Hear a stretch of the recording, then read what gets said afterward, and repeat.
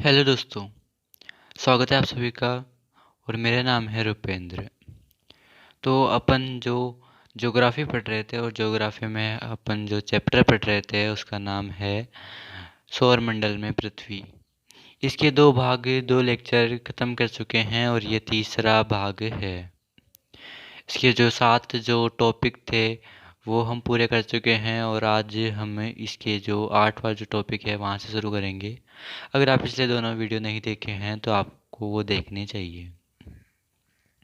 तो चलिए शुरू करते हैं आज जो इस टॉपिक से, और आज ही अपन इस चैप्टर को ख़त्म कर देंगे। तो ये इस अध्याय की यह अंतिम क्लास है। तो आज जो अपना जो पहला टॉपिक है वो है पृथ्वी। तो पृथ्वी जीवन के अनुकूल परिस्थितियों के कारण ही पृथ्वी को सबसे अद्भुत ग्रह भी कहा जाता है।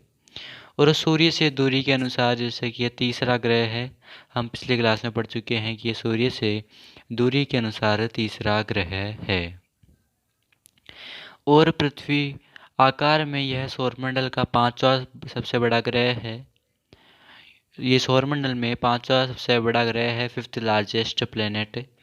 और पृथ्वी का आकार पूरी तरह गोल ना होकर यह ध्रुवों पर स्थित चपटी है और इसका स्वयं का अपना एक आकार है। इसे भू आब कहा जाता है, जिसे इंग्लिश में जियोइड कहते हैं। आप जो पृथ्वी की जब पूरा आपके सामने पृथ्वी बोलते हैं तो आपके मन में ये जो ऊपर जो चित्र है वो वाला आता होगा आपके मन में, लेकिन वास्तविकता में पृथ्वी वैसी नहीं है। वास्तविकता में पृथ्वी, ये नीचे वाला जो चित्र है, बिल्कुल वैसी पृथ्वी है।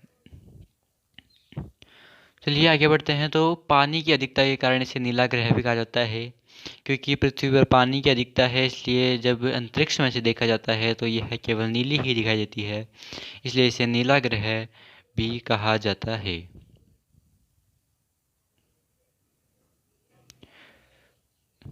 यह नीली इसलिए दिखाई देती है क्योंकि इसका जो 2/3 सरफेस है, 2/3 जो भाग है वो वो पानी का है। अब बात करते हैं चंद्रमा की। तो चंद्रमा, जो कि पृथ्वी का एकमात्र उपग्रह है या जीवाश्म ग्रह है, फॉसियल प्लेनेट है। और जो चंद्रमा के अध्ययन को सेलेनोलॉजी कहते हैं। हम पहले पढ़ चुके हैं कि सूर्य के अध्ययन को कॉस्मोलॉजी कहते हैं, वैसे ही चंद्रमा के अध्ययन को सेलेनोलॉजी कहते हैं। और इसका व्यास पृथ्वी के व्यास का 1/4 है, यानी कि 1/4 है। यह पृथ्वी से 3,84,400 किलोमीटर दूर पर स्थित है। दोस्तों ये दूरी भी घटती बढ़ती रहती है, इसलिए लगभग 3,84,400 किलोमीटर की दूरी पर स्थित है। और चंद्रमा पृथ्वी का एक चक्कर लगभग 27 दिन में पूरा करता है। यह अपने अक्ष पर भी एक चक्कर लगभग इतने ही दिनों में पूरा करता है, इसलिए पृथ्वी से देखने पर चंद्रमा का केवल एक ही भाग हमें दिखाई देता है।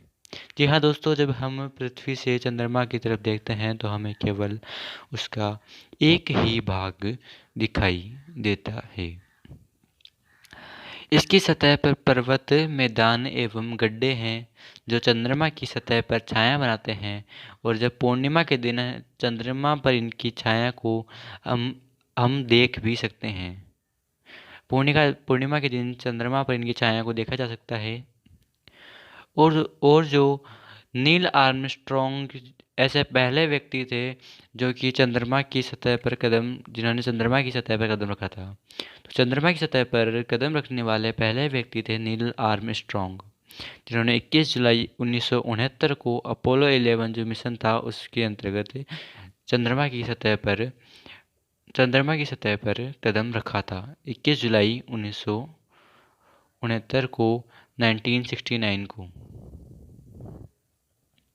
आप इस चित्र में देख सकते हैं कि जो ये पृथ्वी है, इसके व्यास का इसके व्यास का 1/4 होता है चंद्रमा। पृथ्वी के व्यास का 1/4 है चंद्रमा का व्यास। आप इस अगले डायग्राम के जरिए देख सकते हैं जो चंद्रमा और पृथ्वी की दूरियों को, जब यह दूरी कम होती है, सबसे न्यूनतम होती है, तो यह 3,62,600 किलोमीटर की होती है।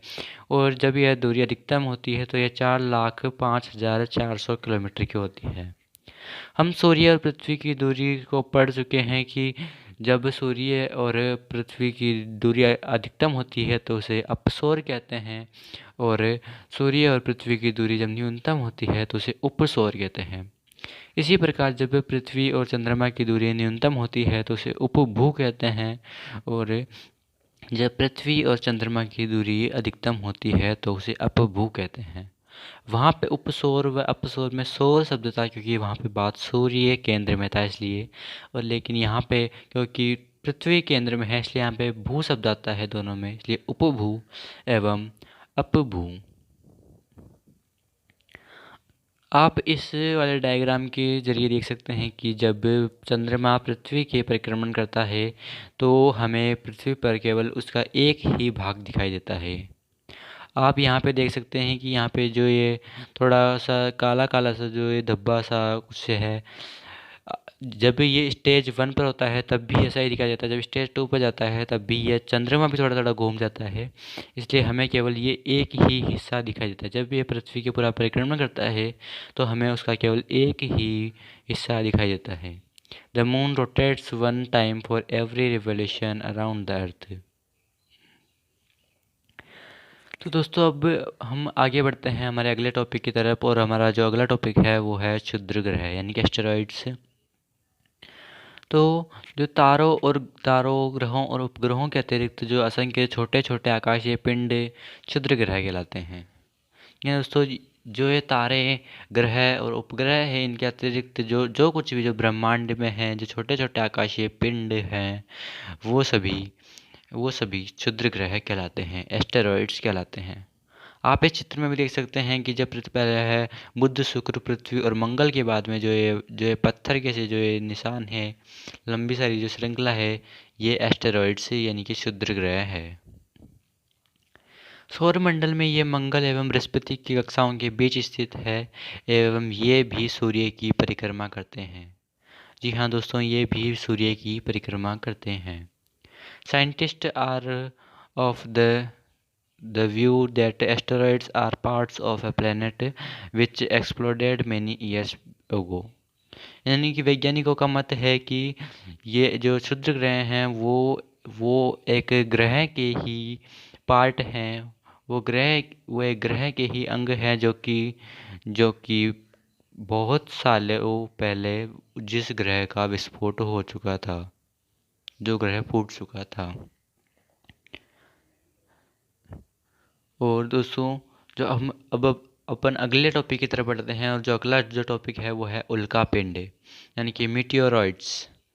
इसमें हम 3 चीज़ों के बारे में जानेंगे, 3 शब्दों के बारे में जानेंगे, मीटियोरॉइड, मीटियोर और मीटियोराइट।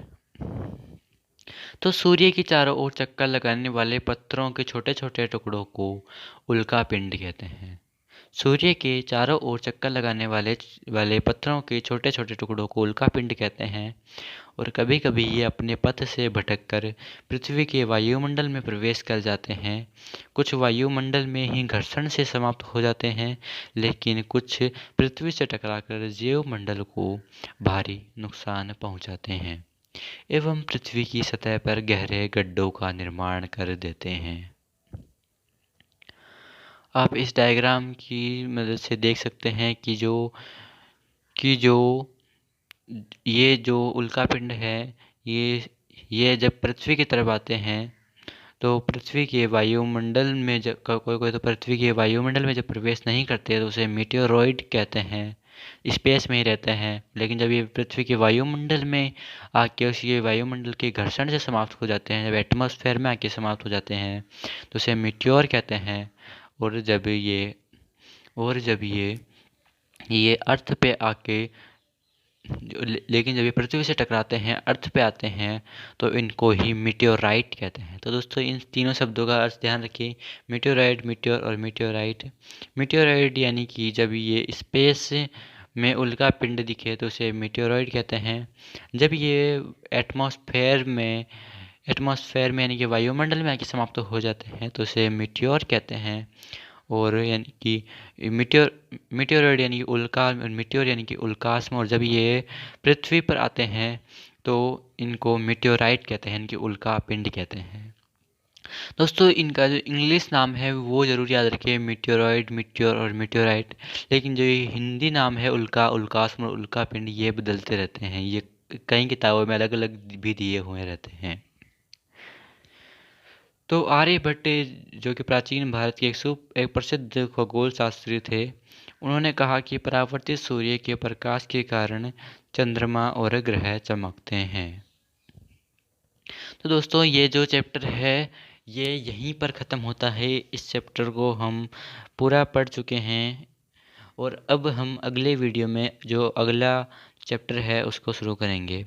लेकिन उससे पहले आपको इस चैप्टर के जो शॉर्ट नोट्स भी बनाने हैं वो कुछ इस प्रकार बना सकते हो। आप ये देख सकते हो कि यहाँ पे शॉर्ट नोट्स है। इसे जो पूरा पूरा चैप्टर है उसको एक पेज में है ये। अगर आपको ये वाले नोट्स चाहिए तो उसके बारे में मैं अगली वीडियो में बताऊंगा कि एक अलग से वीडियो होगा, उस वीडियो में बताऊंगा कि आपको ये नोट्स कैसे मिलेंगे। आप ये देख सकते हो कि इन नोट्स में कैसे ये छोटे छोटे मतलब कि ये की पॉइंट्स लिखे हुए हैं सभी के बारे में, जो कि आप जल्दी से पढ़ सकते हो। जैसे कि ब्रह्मांड है तो ब्रह्मांड, जैसे कि सूक्ष्म अणुओं से लेकर महाकाय आकाश गंगाओं तक का ब्रह्मांड। और कॉस्मोलॉजी, ब्रह्मांड कहते हैं, कॉस्मोलॉजी कहते हैं। और विस्तारित, यहाँ पे एक विस्तारित शब्द लिख दिया है। विस्तारित यानी कि ब्रह्मांड विस्तारित है, आपको समझ जाना है क्योंकि आप इसको पढ़ चुके हो। और ब्रह्मांड का अध्ययन कॉस्मोलॉजी और खगोलीय पिंड, वे सभी वस्तुएं जो रात के समय आसमान में चमकती है, खगोलीय पिंड है। हम अभी शॉर्ट जो नोट्स है उनको पढ़ रहे हैं। और ये जो आकाश गंगा है, आकाश गंगा तारों, बादलों तथा गैसों की एक प्रणाली है। सौर मंडल, मिल्की वे, दुग्ध मेखला एक दूसरे से लगातार दूर जा रही है ये आकाश गंगाएं। मिल्की वे जो कि हमारी आकाश गंगा है, ये सर्पिलाकार है और सबसे निकट इसके एंड्रोमेडा या देवयानी है। आप ऐसे पढ़ सकते हो, ये हिंदी में भी है और इंग्लिश में भी है। ग्रीक भाषा के प्लेनेट ग्रह, जो कि ग्रीक भाषा के प्लेनेटाई से बना है, तारों के प्रकाश से प्रकाशित। और उपग्रह, जो कि ग्रहों के चारों ओर चक्कर लगाने वाले पिंड उपग्रह कहलाते हैं। और सबसे ज़्यादा उपग्रह बृहस्पति के हैं। अब यहाँ पे सौर मंडल के बारे में भी पढ़ सकते हो कि सूर्य और उसके चारों ओर दीर्घवृत्ताकार कक्षा में परिक्रमण करने वाले पिंड पिंड पिंड पिंड और इसमें 8 ग्रह होते हैं। उपग्रह एवं असंख्य आकाशीय पिंड होते हैं, जैसे बौने ग्रह, क्षुद्र ग्रह, उल्का आदि। सूर्य का गुरुत्वाकर्षण। और अगस्त 2006 अंतर्राष्ट्रीय खगोलीय संगठन ने प्लूटो को बौना ग्रह माना था। यहाँ पे आंतरिक और पार्थिव ग्रह के बारे में बताया गया है कि चट्टानों से निर्मित जो होते हैं आंतरिक ग्रह वो है बुध, शुक्र, पृथ्वी, मंगल। यानी कि कुल मिला के शॉर्ट नोट्स है, जो भी हमने जो पूरा पढ़ा है उसको शॉर्ट में आप रिवीजन कर सकते हो। ये जो जोवियन ग्रह हैं वो है गैस और तरल पदार्थों से निर्मित, बृहस्पति, शनि, यूरेनस, अरुण और नेपच्यून वरुण। गतियाँ, घूर्णन, रोटेशन, किसी पिंड का अपने धुरी पर घूमना घूर्णन कहलाता है। परिक्रमण, सूर्य के चारों ओर की गति परिक्रमण कहलाती है। और जो इसके बारे में मुख्य तथ्य हैं वो है सर्वाधिक जो घूर्णन अवधि है वो शुक्र की है और न्यूनतम जो घूर्णन अवधि है वो बृहस्पति की है। और जो आप ऐसे ही आगे भी देख सकते हो कि जो हिंदी और इंग्लिश दोनों में दिए हुए हैं। अब पृथ्वी के बारे में दिया हुआ है कि जीवित ग्रह है और नीला ग्रह पृथ्वी है। इसका भू आभ आकार है, जियोइड शेप है। और इसका जो उपग्रह है वो चंद्रमा है। चंद्रमा पृथ्वी का एकमात्र उपग्रह है। पृथ्वी के व्यास का 1/4। और सेलेनोलॉजी, चंद्रमा का अध्ययन को सेलेनोलॉजी कहते हैं। और नील आर्मस्ट्रॉन्ग, जो कि 21 जुलाई 1969 को 1969 को अपोलो 11 से चांद पर गए थे। और यह 3,84,400 किलोमीटर की दूरी पर है। न्यूनतम जब दूरी होती है तो उसे उपभू कहते हैं, एवं जब अधिकतम दूरी होती है तो उसे अपभू कहते हैं। लगभग 27 दिन दिन जो कि पृथ्वी के सापेक्ष चंद्रमा की घूर्णन एवं परिक्रमण अवधि जो है जो कि समान है। आप यहाँ पे शुक्र ग्रह के बारे में देख सकते हो कि मंगल एवं बृहस्पति की कक्षाओं के बीच स्थित है। तारों के बारे में जान सकते हो कि तारे जो कि गैसों से निर्मित बड़े और गर्म खगोलीय पिंड हैं। स्वयं की ऊष्मा और प्रकाश होता है इनका, और इनमें नाभिकीय संलयन जो कि प्रक्रिया होती है जो कि हाइड्रोजन की हीलियम में बदलने की प्रक्रिया है। आप नेबुला पढ़ोगे, नेबुला जो कि तारों की नर्सरी है जो कि असंख्य धूल कणों से निर्मित है। तारामंडल तारों के समूह द्वारा जो अलग अलग आकृतियाँ बनाई जाती है उसे तारामंडल कहते हैं। बृहत सप्तऋषि यानी कि अर्सा मेजर, लघु सप्तऋषि अर्सा माइनर, मृडा यानी कि ओरियन शीत ऋतु में जो दिखाई देता है, इन सब के बारे में दिया गया है। यहाँ पे इंग्लिश में भी पढ़ सकते हो कि स्टार्स यानी कि hug and hot celestial bodies made of gases. यहाँ पे सूर्य के बारे में दिया गया है कि सूर्य सौर मंडल के लिए ऊष्मा और प्रकाश का अंतिम स्रोत है। मतलब आप जब इसको पढ़ोगे तो आपको पूरा पूरा चैप्टर याद आ जाएगा। पूर्व से पश्चिम की ओर घूमता है सूर्य, और जब सूर्य की किरण को पृथ्वी तक पहुंचने में 8 मिनट और 20 सेकंड का समय लगता है, और एक प्रकाश वर्ष 9.4607 गुणे 10 की घात 15 मीटर का होता है। और सूर्य एवं पृथ्वी की मध्य दूरी है वो 149.7 मिलियन किलोमीटर है। और उपसौर कहते हैं जब न्यूनतम दूरी होती है 147.1 मिलियन किलोमीटर, और अपसौर कहते हैं जब अधिकतम दूरी होती है 152.1 मिलियन किलोमीटर। तो आप ये अगर आपको शॉर्ट नोट्स चाहिए तो उसके बारे में अगली वीडियो में बताएंगे कि आपको शॉर्ट नोट्स कैसे मिलेंगे। तब तक के लिए धन्यवाद।